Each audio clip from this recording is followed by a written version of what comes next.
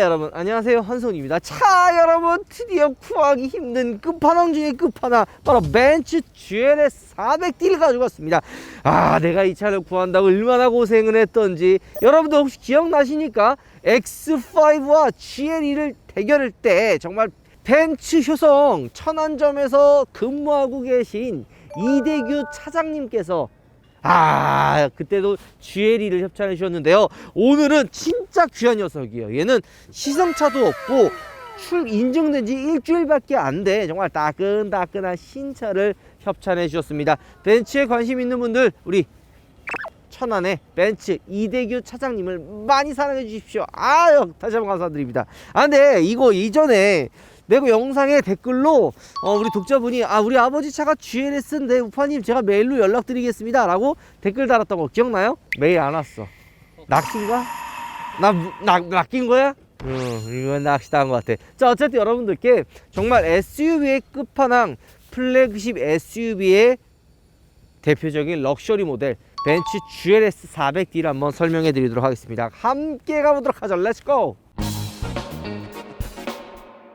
이 뒤에 있는 벤츠 GLS 같은 경우에는 정말 플래그십 SUV입니다. 물론 GL이와 X5도 프리미엄 SUV라고 하지만 얘는 그보다도 더 위에 있는 플래그십 SUV라고 이야기를 하고 싶어요. 간단하게 네이밍부터 한번 이야기를 해드려야 될 것 같아요. GL 붙으면 SUV예요. 그냥 간단하게 생각하시면 됩니다. GLC, GL2, GLS 이렇게 된단 말이에요. GLC, C클래스 바디브로 만든 GLC, 그러니까 C클래스의 SUV 버전. GL2는 E클래스의 바디로 만든 SUV 버전. 마지막으로 GLS는 S클래스의 바디, 프레임으로 만든 SUV라고 하시면 좋을 것 같아요. 제가 이 차에 좀 특별한 인연이 있습니다. 원래 제가 여러분들 S클래스를 타고 다니시는 거 아시죠? 그때 이 GLS를 구매를 하려고 했어요. 물론 지금 여기 뒤에 있는 이 모델이 아닌 이 전 모델이었지만은, 이 GLS는 모델이 두 가지가 있어요. 가솔린과 디젤이 있습니다. 이 차량은 디젤이에요. 이 디젤 엔진을 가진 차의 가장 큰 장점이 바로 연비죠. 제가 옛날에 이 GLS랑 인연을 맺을 뻔한 적이 있습니다. 이 차를 제가 이제 시승을 해서 살려고 했었는데, 그때 당시에 남았던 차가 가솔린밖에 없었어요.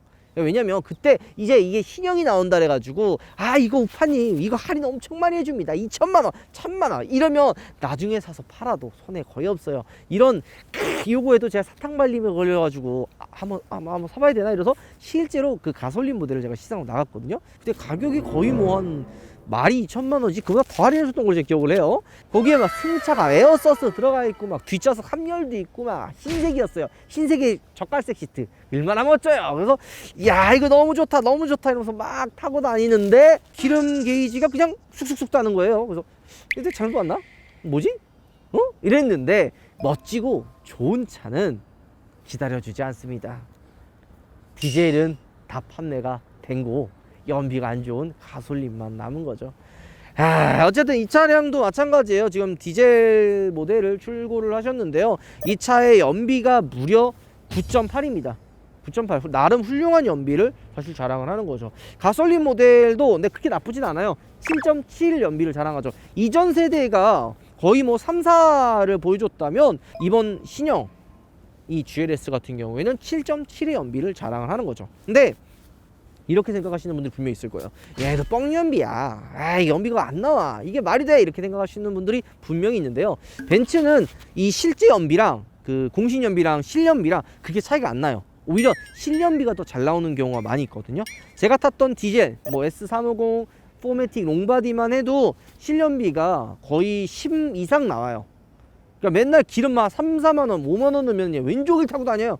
그만큼 연비가 잘 나오는데요. 이 뒤에 있는 GLS도 그렇지 않을까 생각이 들고요. 가솔린 역시도 연비가 그렇게 나쁠 것 같지는 않다는 생각이 듭니다. 하지만 이 7.7과 9.8 2kg, 리터당 2kg 얼마 차이 안 날 것 같은데 라고 생각하는데요. 생각보다 차이 큽니다. 연비뿐만이 아니라 솔직히 정답은 이 GLS는 디젤이 정답이라고 생각이 들거든요. 여러분들과 함께 알아보도록 하겠습니다. 바로 같이 가시죠. 자, 외관을 보면은 진짜 압도적인 디자인이라는 게 느껴지지 않습니까? GL 이때도 진짜 와 웅장하다 정말 거대하다라는 이야기를 굉장히 많이 했었는데요. GLS는 GL2보다도 좀 더 웅장하고 거대한 그런 느낌을 줍니다. BMW도 그렇지만 벤츠도 그냥 소중대 아니냐 이 정도면? 네이밍이 이렇게 통일되지 않고 독자적으로 SUV 뭐 ML 그 다음에 GLK 뭐 이런 식으로 이렇게 나눠졌을 때가 있는데 그때는 좀 차마다의 살짝 개성 같은 게 있었고 ML은 이런 느낌 GLK는 이런 느낌 약간 좀 나눠지는 느낌이 있었는데요. 요즘에는 패밀리 룩을 가지고 오면서 그리고 네이밍 자체도 통일을 하게 되면서 살짝 너무 그냥 소중대 느낌으로 가는 것 같아서 이 부분은 조금 아쉬워요. 세그먼트의 각 뭐 E클래스, S클래스에서 조금 차별화를 좀 주면 어땠을까 하는 그런 부분이 있어요. 이전에는 라이트의 숫자로 줬거든요. 지금 신형 나오는 모델 말고 이전에는 뭐 C클래스는 한 줄, E클래스는 두 줄, S클래스는 뭐 세 줄 이런 식으로 라이트에 힘을 주는 것처럼 조금 더 포인트를 주는 게 어땠을까 하는 생각도 듭니다. 자, 마력은 330마력에 70토크 정도를 자랑을 합니다. 제로백은 6.4초가 나옵니다. 지금 이 정도 크기에 이 정도 무게에 6.4초면 나름 쟁쟁한 그런 성능을 자랑한다는 이야기죠. 이쪽에 보면 다 카본으로 되어 있고요. 이 차량 같은 경우 6기통 이 디젤 엔진이 벤츠가 되게 쨍쨍해요. 연비도 나름 잘 나오고 레저를 즐긴다든지 조금 더 실용성을 따진다면 S보다는 이 GLS가 정답이거든요. 심지어 S클래스보다 GLS가 가격이 좀 더 저렴해요. 그렇기 때문에 할인이 안 되는데도 불구하고 1억 3,800 그냥 숨도 없이 그냥 숨도 안 쉬고 바로바로 그냥 나가는 거예요. 자, 벌써 이 차의 매력 포인트 바로 나왔네요. 마음에 뭔가 심장이 바운스 되는 느낌 들지 않아요? 저 멀리서도 이 마크 하나면 그냥 나의 심장은 언제나 너의 곁에 있는 것처럼 바운스돼요. 이게 보통 제가 이야기했죠. 뭐 이런 익스클루시브 뭐 이런 거면 이렇게 위로 이렇게 쏙 튀어나오는데 약간 스포티한 느낌을 좀 주기 위해 SUV 모델들 뭐 GLS, GLE, GLC는 이렇게 좀 라디에이터 그릴에 커다란 벤치마크와 가로형 그릴을 달아서 스포티한 느낌을 많이 좀 줬습니다. 이게 왜 그러냐면 워낙 크고 어찌 보면 좀 약간 선들 자체가 무난하잖아요. 그래서 여기에 그냥 벤치마크 똥 하나 나오면 왠지 모르게 심심할 수도 있잖아요. 저 멀리서 이렇게 웅장한 크기에 이따만한 벤치마크 오는 그런 느낌, 이걸 주기 위해서 일부러 여기다 포인트를 준 거죠. 매력적이지 않습니까? 자, 휠은 무려 21인치 휠이 들어갑니다. 하지만 휠 하우스가 워낙 크고 차가 워낙 크기 때문에 절대 휠이 작아 보여요. 휠이 21인치인데도 불구하고 크다는 느낌은 거의 들진 않아요. 그 다음에 전 개인적으로 이렇게 림이 안으로 들어가는 휠 별로 안 좋아하는 거 알죠? 요즘에 AMG 모델들 뭐 CLS 그 다음에 뭐 E클래스 다들 이런 식으로 좀 안에 좀 림이 들어가 있는 휠로 출고를 되는데 좀 개인적으로 굉장히 좀 아쉬운 부분이 아닐까 생각도 듭니다. 옆에 보면 발판도 있고 이쪽에 여기에는 이 차량은 7인용이기 때문에 이 뒤에 길이가 굉장히 길어요. 요즘에는 쿠페 모델도 많이 나오잖아요. 대표적으로 우리가 리뷰했던 GLE 쿠페 같은 경우에는 이게 좀 더 슬림하게 나왔던 거 여러분들 기억하실 거라 생각이 듭니다. 자, 후면부의 디자인은 어떤가요, 여러분들? 말 그대로 압도적이라는 생각이 들지 않나요? 워낙 차가 크기 때문에 야, 이거 자칫 잘못하면 심심하겠는걸, 자칫 잘못하면 좀 촌스럽겠는걸 라는 그런 생각을 하실 텐데 정말 이런 크롬 라인들을 포인트를 주면서 그런 좀 심심하거나 좀 무난한 느낌보다는 우아하다는 느낌을 아마 가장 먼저 들었을 거라 생각이 듭니다. 하지만 요것도 저번에 우리가 2350 리뷰했을 때처럼 그 자식도 2000cc인데 350 엠블럼 달았잖아요. 3000cc거든요. 그러면 2300을 달아야지 왜 2400을 다냐고요. 과자 봉지를 샀어. 과자를 샀는데 이거 너무 커. 요즘에 그 박스 과자들 많잖아. 어머, 이 과자 이렇게 많네. 이거 많이 먹을 수 있겠다. 한 2, 3일 버틸 수 있겠네 하고 딱 깠는데 한 3, 4개밖에 안 들어있어. 이것도 마찬가지야. 이거는 이제 4000cc. 나도 드디어 4000cc를 타는 멋진 남자구나 했는데 알고 보니까 3000cc야. 기분 나쁘단 말이에요. 이런 거 사지 마십시오. 자, 트렁크는 당연히 전동 트렁크가 들어가 있고요. 이 차량은 7인승이에요. 하나, 둘, 셋, 넷, 다섯, 여섯, 일곱 7인승 모델이고 트렁크 공간은 이 3열 시트를 이렇게 폈는데도 불구하고 나름 그래도 트렁크 공간이 있습니다. GLS는 SUV고 원체 차체가 높기 때문에 짐을 실을 때 이 트렁크가 너무 높으면 타고 내리기 힘들어요. 그래서 그걸 방지하기 위해서 에어서스가 다 들어가 있어요. 그래서 이 차체를 좀 더 밑으로 내릴 수가 있는 거죠. 그리고 이쪽에 3열 버튼을 이렇게 꾹 누르면 보이죠? 이런 식으로 전동으로 3열 시트를 접을 수가 있습니다. 폴딩을 할 수가 있고요. 폴딩을 하면 뒷좌석에 되게 넓은 공간이 나옵니다. 그리고 트렁크 공간이 이렇게 3열을 다시 열어도 이 안쪽에 조그만한 수납 공간이 또 따로 있습니다. 물론 여기 뭐 수납을 해도 뭐 많은 짐이 들어갈 것 같지는 않은데요. 이 수납 공간이 있고 여기 러기지 스크린이 또 이 밑에 숨겨져 있습니다. 요거를 쓰시는 분들은 이 3열을 이렇게 접어 놓고 이쪽에 연결해서 설치를 하면 됩니다. 잠깐만. 어머. 바로 로본트 불 이벤트 갑니다. 로본트 불과 로본트 에어로를 구매하시면 오일을 1+2 하나 사면 오일을 2개 주는 이벤트라니까요. 네이버에 우파모를 검색하셔서 지금 특별한 이벤트 놓치지 마셨으면 좋을 것 같습니다. 여러 가지 향을 가지고 있으면서 그 향을 쓰는 것도 되게 좋으니까 이 이벤트 기간 동안 놓치지 말고 구매하시는 것도 좋은 기회라고 생각이 듭니다. 여러분들 새해 복 많이 받으십시오. 자, 아무래도 이 GLS를 고민하시는 분들은 이 실내 공간 때문에 그리고 3열을 때문에 고민하시는 분들이 생각보다 많이 있습니다. 이쪽에 보면 문은 이렇게까지 열고 이쪽 발판 사이드 스커트를 밟고 올라가면 이런 식으로 탈 수가 있는데 으차 아이고 생각보다 공간의 길이는 넓어요. 근데 S클래스보다는 조금 좁긴 합니다. 여기에 엔터테인먼트 시스템이 있어요. 그래서 여기 터치를 통해서 뒤에 탑승한 탑승자가 확인을 할 수가 있고 여기 또 태블릿이 또 있거든요. 이런 식으로 삼성과 협약을 통한 이렇게 태블릿이 있어요. 연결이 되면 여기에 있는 시스템을 이 태블릿에서도 사용할 수가 있습니다. 그러면 뭐 3열에 탑승한 우리 어린 친구라든지 뭐 3열 탑승한 탑승자분이 이 태블릿을 이용해서 엔터테인먼트 뭐 노래를 듣고 싶다든지 뭐 이런 부분을 조절할 수가 있는 거죠. 그 다음에 끝나면 여기다 두면 이렇게 자동으로 충전이 되는 겁니다. 한 가지 아쉬운 게 요게 그 막 TV라든지 뭐 이런 부분이 좀 나와줬으면 어땠을까 하는 부분도 좀 있는데요. 그런 부분은 사실 나오지가 않고 이제 와이파이나 이런 거 잡으면은 인터넷이나 이런 거는 이용할 수가 있긴 합니다. 근데 뒤쪽에서 할 수 있는 게 되게 한정적이에요. 근데 여러분들 지금 좀 느끼는 거 없나요? 우리가 이거를 작동을 하려고 시동을 걸었는데 어때요? 조용하죠? 되게 조용해요. 6기통 디젤들, 그러니까 보통 디젤 엔진이라고 하면 시끄럽고 불편하고 뭐 이런 이야기들이 많은데요.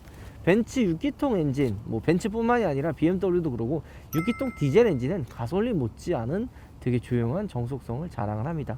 물론 이게 신차여서 그런 효과도 있어요. 제가 타고 다니는 S350 같은 경우에는 6기통 디젤인데도 불구하고 소음이 좀 납니다. 주행거리가 이제 8만 킬로가 좀 넘어갔거든요. 근데 이 소음이 나도 외부에서 엔진 소음이 나지 실내로 유입되진 않아요. 그만큼 되게 조용한 정속성을 자랑하는 거죠. 한 가지 아쉬운 거는 거의 지금 1억 한 중반 정도 됐는데 2열에 커튼이 없네요. 이런 부분은 좀 안타깝긴 합니다. 이게 별게 아닌 것 같지만 이 뒷좌석에 커튼이 있고 없고의 차이도 되게 크거든요. 요즘에 국산차도 조금 프리미엄 모델들은 대부분 이렇게 커튼이 달려 있는데 뒷좌석에 커튼이 없는 게 조금 아쉽습니다. 근데 뒷좌석에 이제 히팅이랑 쿨링 시트 2개는 다 들어가게 되어 있네요. 자, 가장 궁금한 3열을 한번 가보도록 하죠. 3열 한번 둘러보도록 하겠습니다. GLS를 사시는 분들 중에 3열을 좀 신경 써서 보시는 분들이 생각보다 많이 있습니다.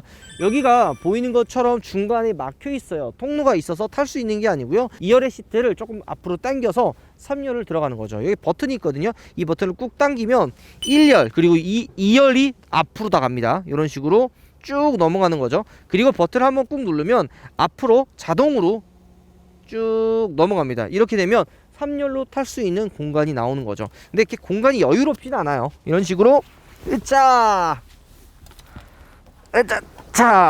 이렇게 타면 되긴 하는데요. 솔직히 여러분들이 보는 것처럼 3열은 절대 성인이 탈 수 있는 공간이 아닙니다. 옆에 보면 나오죠. 2열을 앞으로 당겼는데도 불구하고 지금 뭐 탑승하기도 힘들고 자리 공간이 안 나와요. 이렇게 보이는 것처럼 거의 뭐 성인이 탈 수 있는 그런 공간은 아닙니다. 보이죠? 성인 탈 수 있는 공간은 아니고 어린 아이들이나 좀 잠깐 짐을 실을 수 있는 용도 사용을 하면 딱 맞지 않을까 생각이 들어요. 여기 2열을 내릴 때 이 버튼을 통해서도 이 시트가 움직이지만 여기 또 버튼이 또 하나 있어요. 이거를 통해서도 내릴 수가 있습니다. 자, GLS의 3년은 본 것 같고요. 이제 본격적으로 한번 주행을 떠나보도록 하겠습니다. 과연 벤츠 SUV의 플래그십 모델인 GLS 400D는 과연 어떠한 주행 성능과 그리고 어떠한 감성을 보여주는지 여러분들과 함께 알아보도록 하겠습니다. 바로 가시죠. 출발을 한번 해보도록 하겠습니다. 근데 이게 살짝 우드가 이렇게 들어가 있잖아요. 그래서 그런지 좀 좋게 얘기하면 클래식하고 모던하고 나쁘게 얘기하면 좀 노티나잖아요. 소중대 이 클래스 실내가 딱 이랬거든. S클래스도 좀 비슷하네요. 근데 개인적으로 지금 보면은 이 계기판과 디스플레이가 일자로 이어져 있어서 한눈에 들어오는 이런 좀 개방감 있는 디스플레이는 만족을 하고요. 좀 재미난 것도 여러 가지가 있어요. 일단 에어서스가 들어있어서 이 차가 3단계 높이로 조절을 할 수가 있거든요. 3단계 높이로 이 차의 높이를 조절할 수가 있습니다. 그 다음에 이쪽에 보면 여기 보통 기어 노브잖아요. 이거 뭘까요? 받침대 이런 거 아니에요? 뭐 그런 용도예요. 그러니까 이게 대부분 기어 노브라고 생각이 드는데 기어 노브는 이 위에 있습니다. 이 위쪽에 사실 기어 노브가 있고요. 여기는 저 기어 노브인 줄 알았지만 기어 노브가 아니라 이렇게 손 받침대를 해서 여기 터치 패널 이용하라고. 요즘에 이 터치가 되게 빨라요. 그래서 좀 작동도 빠르고 내비게이션 이야기를 안 할 수가 없네요. 예전에는 진짜 쓰지 못할 정도로 되게 내비게이션이 안 좋았는데 요즘에 나오는 들어가 있는 뭐 벤츠 BM 내비게이션들은 진짜 쓸만해요, 나름. 그러니까 엄청 뭐 핸드폰 앱을 사용하는 그 정도 수준에 가까운 내비게이션이 들어가 있어서 나름 쓸만하다고 이야기를 하고 싶어요. 근데 한 가지 아쉬운 거는 예전에 우리가 탔던 GV70이나 이런 거는 이제 글씨를 쓰면 여기에 인식을 해가지고 검색이 됐잖아요. 얘는 그런 게 들어가 있지 않고 이런 식으로 터치를 통해서 이렇게 사용해야 된다는 거. 근데 나쁘지 않더라고요. 오히려 반응도 빠르고 금방 또 작동이 되기 때문에 쓸만한 것 같다는 생각도 듭니다. 자, 본격적으로 한번 출발을 해보도록 하죠. SUV를 처음 타시는 분들 그리고 SUV를 관심 있어 하는 분들 중에 고민하시는 분들 걱정하시는 분들이 이런 게 있어요. 차체가 워낙 크고 전고가 높기 때문에 운전하는 거 어렵지 않아요? 라고 물어보시는 분들 진짜 생각보다 많이 있습니다. 물론 저도 어느 정도 그거에 대한 궁금증도 있었는데 이게 실제로 SUV를 타면 의외로 세단보다 운전이 편합니다. 그 첫 번째 이유는 전고가 높잖아요. 시트 포지션이 높아서 위에서 아래를 내려다 보기 때문에 운전이 그렇게 어렵지가 않습니다. 운전이 어려운 이유는 사각지대 때문에 운전이 어려운 거거든요. 근데 시트 포지션이 높기 때문에 이런 사각지대를 최소화할 수가 있는 거죠. 여러분들 뭐 초보 운전이나 운전이 좀 서툰 분들에게 컴팩트 SUV, 그러니까 일반 세단, 뭐 아반떼 이런 것보다 코나 같은 혹은 뭐 베뉴 같은 조금 전고가 높은 시트 포지션이 높은 차를 차라리 추천해 드리는 게 조금 더 운전을 쉽게 할 수 있는 방법이라고 봐주시면 좋아요. SUV의 단점이라고 할 수 있는 게 아까는 전고가 높아서 사각지대가 없이 좀 위에서 아래로 내려본다는 장점 이야기했잖아요. 반대로 이 전고가 이렇게 높으면 살짝 이렇게 흔들려요. 그러니까 롤링이라는 게 있죠. 왜냐하면 구조적으로 물리적으로 차가 이렇게 높기 때문에 조금 이렇게 움직임을 갖다든지 이렇게 핸들을 한다든지 그러면 이렇게 흔들릴 거란 말이에요. 그래서 이때 SUV를 좀 많이 안 타보신 분들은 살짝 멀미를 느껴요. 저는 항상 SUV 탈 때마다 이런 부분을 좀 많이 신경 써서 체크를 하려고 하는데 이 GLS는 에어 서스펜션이 들어가 있고 이 세팅 자체를 이런 잔진동 있죠. 그러니까 미세한 잔진동의 움직임은 이 GLS가 반응 안 하고 그냥 평평하게 가는 것처럼 크게 없이 딱 세팅이 되어 있어요. 그러니까 좀 도로 노면이 그렇게 좋지는 않은데도 이런 잔진동을 운전자에게나 이 탑승한 탑승자에게 최대한 전달을 안 하고 흡수하는 듯한 그런 느낌을 받을 수 있죠. 너무 부드러우면 멀미가 날 수 있어서 좀 단단하게 잡아줘야 될 때가 있거든요. 그때 역시도 이 GLS는 좀 중반 이후로 넘어가면 그런 부분을 좀 확실하게 탁 캐치를 해서 단단하게 바뀌게 세팅이 되어 있는 거예요. 그러니까 이런 세팅 값을 되게 잘 해놓은 거죠. 저속이나 이런 부분에서는 잔진동을 최대한 억제를 하고 중후반 속도가 좀 높은 부분에서는 차를 자체를 좀 단단하게 해서 이렇게 휘청휘청하는 그런 롤링을 최대한 억제하는 그런 세팅이 되어 있는 겁니다. 원래 에어 서스펜션이 꼭 너무 다 좋다는 건 아니에요. 일단은 뭐 성능적인 부분에서는 이렇게 좋지만 이게 부품값이 되게 비싸요. 한번 나가면은 뭐 몇백만 원 정도가 들어갈 정도로 부품값이 굉장히 비싸긴 한데 이게 SUV에 들어가면은 굉장히 높은 만족도를 줍니다. 근데 이게 조금 호불호도 있어요. 아까 얘기했던 대로 SUV를 안 좋아하시는 분들은 이 에어서스가 들어가 있고 전고가 높은 SUV를 처음 타면 진짜 멀미 느낍니다. 저도 그랬어요. SUV를 안 타보다 보니까 시승할 때도 뭔가 이렇게 어지럽냐, 뭔가 이렇게 좀 멀미 난다라고 했는데 그게 SUV 탈 때 좀 많이 그랬거든요. 대표적인 모델이 보그가 있어요. 보그랑 카이엔 탔을 때 되게 멀미 많이 났어요.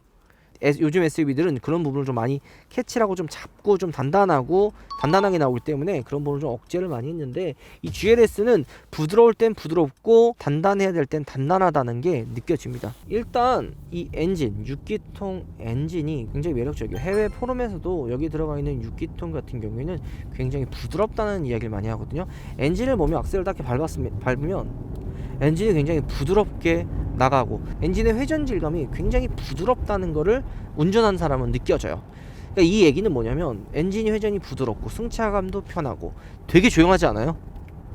정말 조용해요. 진짜 엄청 조용해요. 뭐 가솔린 엔진이라고 이야기해도 믿을 만큼 진짜 조용합니다. 외부랑 거의 실내랑 단절이 돼요. 그러니까 이게 3박자로 갖춰지면 어떤 느낌이냐면 편안하다, 되게 부드럽다, 이런 느낌을 운전자에게 전달하고요. 과연 운전자에게만 이런 전달을 할까요? 아니에요. 조수석 그리고 뒤에 타는 탑승자에게도 이런 편안하고 부드러운 승차감을 전달해 주는 거죠. 토크감 그리고 연비에 좀 포커스가 되어 있단 말이에요. 이전 세대의 GLS는 가솔린의 연비가 진짜 개똥이었어요. 한 3, 5 막 이렇게 나올 정도 진짜 안 나왔고 디젤만 그나마 좀 연비가 좀 나왔는데, 이번에 나온 신형 같은 경우에는 가솔린도 나쁘진 않아요. 가솔린도 7.7 그리고 디젤이 9.8인데 이게 리터당 2km라는 차이가 그렇게 크진 않을 것 같은데 실제로 운전하다 보면 생각보다 크거든요. 그렇기 때문에 저는 오히려 이 가솔린을 사야 될 필요가 있나 라는 생각이 좀 들긴 합니다. 그래서 만약에 GLS에 관심 있어 하시는 분들은 가솔린보다는 디젤을 조금 더 추천을 드리고 있어요. 그러니까 차체도 워낙 크기 때문에 토크감이 필요할 때가 되게 많아요. 그럴 때 이 디젤 모델 400D는 그런 부족한 부분도 어느 정도 채워줄 수 있는 부분이라고 생각이 드는 거죠. 얘 지금 330마력의 70 토크를 자랑하잖아요. 300마력 이렇게 높은 마력대는 아니잖아요. 근데 70 토크, 300마력. 그런데 운전을 했을 때 운전자에게 전달해주는 그런 전달력은 되게 훌륭해요. 300마력이라고 믿기지 않을 만큼 전 구간에서 되게 파워풀하게 출력을 자랑을 하고요. 내가 원할 때 원하는 만큼 그런 반응을 바로바로 해줍니다. 이게 또 디젤 엔진의 장점일 수도 있죠. 스포츠 모드를 바꾸게 되면 배기음이나 이 악셀 자체 느낌 자체가 바뀌어요. 엄청나게 퍼포먼스하게 바뀐 건 아닌데 이 일반 모드에서는 악셀을 밟았을 때 나름 좀 늦게 한 0.1초 늦게 이렇게 반응을 하면서 부드럽게 눌린다면, 스포츠 모드를 두면은 이 300마력 그리고 무거운 차체를 느낄 수 있게 좀 더 엑셀이 무거워집니다. 그리고 반응도 굉장히 빨라지고 변속 타이밍 역시도 RPM을 많이 쓰는 걸로 바뀌어지는 거죠. 이게 저는 항상 이런 이야기를 해요. 이게 어차피 달리는 차가 아니라 모드의 변화가 크지 않을 거다라고 이야기하는데요. 이 정도 플래그십 모델이면 모드의 변화가 생각보다 큽니다. 특히나 스포츠 모드. 아마 도심에서는 큰 차이를 못 느끼겠지만 고속도로나 이런 데서 운전을 해보면 생각보다 차이점을 크게 느낄 수가 있죠. 자, 내려가지고 마무리 한번 해보도록 하죠.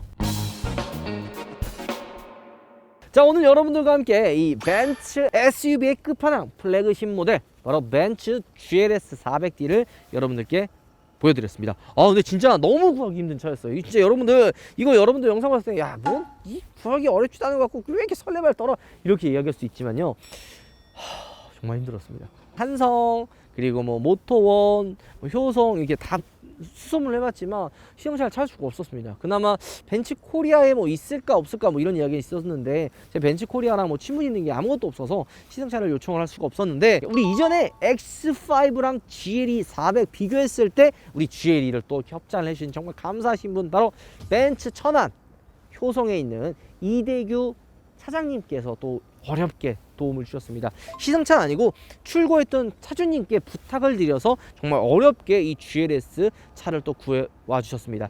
벤츠에 관심 있는 분들 여기 연락처 올라가죠. 우리 이대규 차장님께 많이 연락해가지고 벤츠 궁금하신 것도 물어봐 주시면 좋을 것 같다 생각이 듭니다. 자, 이 다음 영상은 이걸로 또 끝내면 아쉽겠죠. 바로 SUV의 끝판왕 플래그십 SUV의 자존심을 건 한판 승부, 바로 GLS와 X7을 비교해 보도록 하겠습니다. 아마 이 다음 날에 그 영상이 올라갈 것 같아요. 자, 이 영상도 기다려 주시고요. 자, 영상 마무리하겠습니다. 여러분들 우와 들어가겠습니다. 이 삼성 하니까 또 우리 심 과장이 LG화학에서 삼성전자로 갈아탔던데 갈아타는 주식마다 왜 떨어지는 거야? 삼성전자 주식, 그리고 주주 여러분들, 심 과장이 사서 삼성전자가 떨어졌습니다.